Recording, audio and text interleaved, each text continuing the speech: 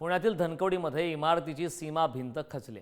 मुसळधार पावसामुळे सीमा भिंत खचली तर इमारतीही सध्या धोकादायक स्थितीमध्ये पाहायला मिळतात। धनकवडीतील पद्मावती नगर सोसायटी खाली करण्यासाठी आता नोटीस सुद्धा देण्यात आली। धोकादायक स्थितीत असलेली इमारत सोडण्यासाठी पालिकेची ही नोटीस आहे। इमारत धोकादायक नाही, आमच्या जागेवर अतिक्रमण करून झोपडपट्टी उभारण्यात आली असल्याचा आरोप यावेळी नागरिकांनी केला। तर इमारतीमधील नागरिकांशी बातचीत केली आमचे प्रतिनिधी बालाजी पोतदार यांनी।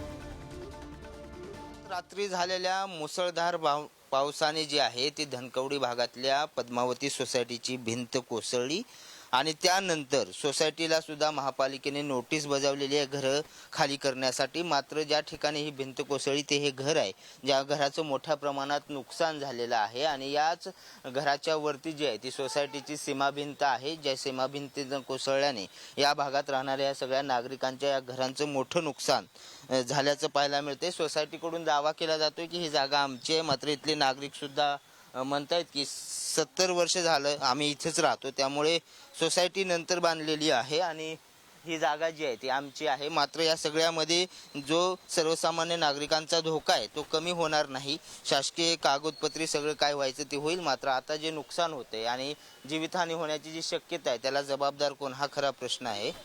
कधीपासून राहताय तुम्ही? आमचे 3 पिढ्या झाल्यात साहेब। कोणी नव्हतं, माझ्या सासरीचं लग्न इथं झालं तर माझ्या सासऱ्याला काय म्हणलं की धनकवडीचं जेवढं गायरा नाही ते तुला इनाम देणार आहे, बक्षीस दिले, बक्षीस दिलेलं आहे। तिथून ही इमारत कधी झाली पासून तर ते देवळापासून अरे हे बळजबरी घर बांधले। मी एक माझं ऐकत नाही की तुमच्या घर आमच्या वर नका बांधू बाबा, कवा तरी गात होणार, तेवढे ऐकलं नाही माझं। हा ठेवणी ठेवचा जोर केला आणि ठेवणी बांधले, ते आता काय म्हणतात आमची जागा मग त्याची जागा कशी काय झाली? तुम्ही एक सांगा साहेब, ही आता हे आमच्या वडिलांचं घर 70 वर्षाचं घर आहे आणि ही बिल्डिंग आणि ही घर ह्याची बरोबरी होणार का बघा।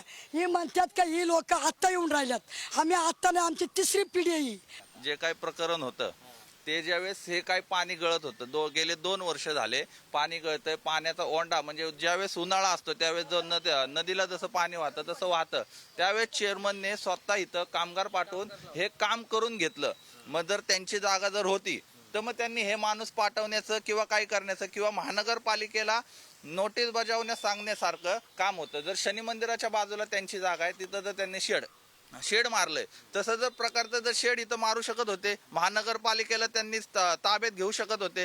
हे म्हणतायत की आमची जागा आहे। जर 40 वर्षापासून माणूस इथं राहतोय, त्याचं लाईट बिल आहे, टॅक्स पावती आहे, तर मग ही म्हणतायत की आमची जागा कशावरतून? आमचे जे नुकसान झाले ते भरपाई देणं आणि असं प्रसंग बिल्डिंगचा धोका कायम असणार ना। घर खाली आम्हाला सर सुरक्षित करावं आणि त्यांनी जो हे चाललंय त्यांनी करून घ्यावं। त्यांचा कॉलम बी क्रॅक गेलेला आहे सर, तो वरचा कॉलम, पण ते दाखवतात म्हणजे आता हे जर इथं राहिले तर ह्याच्यामुळे धोकाच होणार आहे।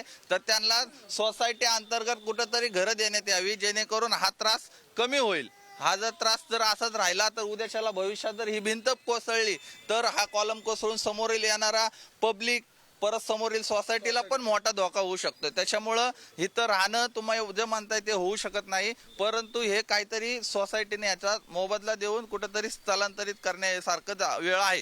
व्हिडिओ जर्नलिस्ट निखिल करंदीकर सह बालाजी पोतदार, पुढारी न्यूज, पुणे।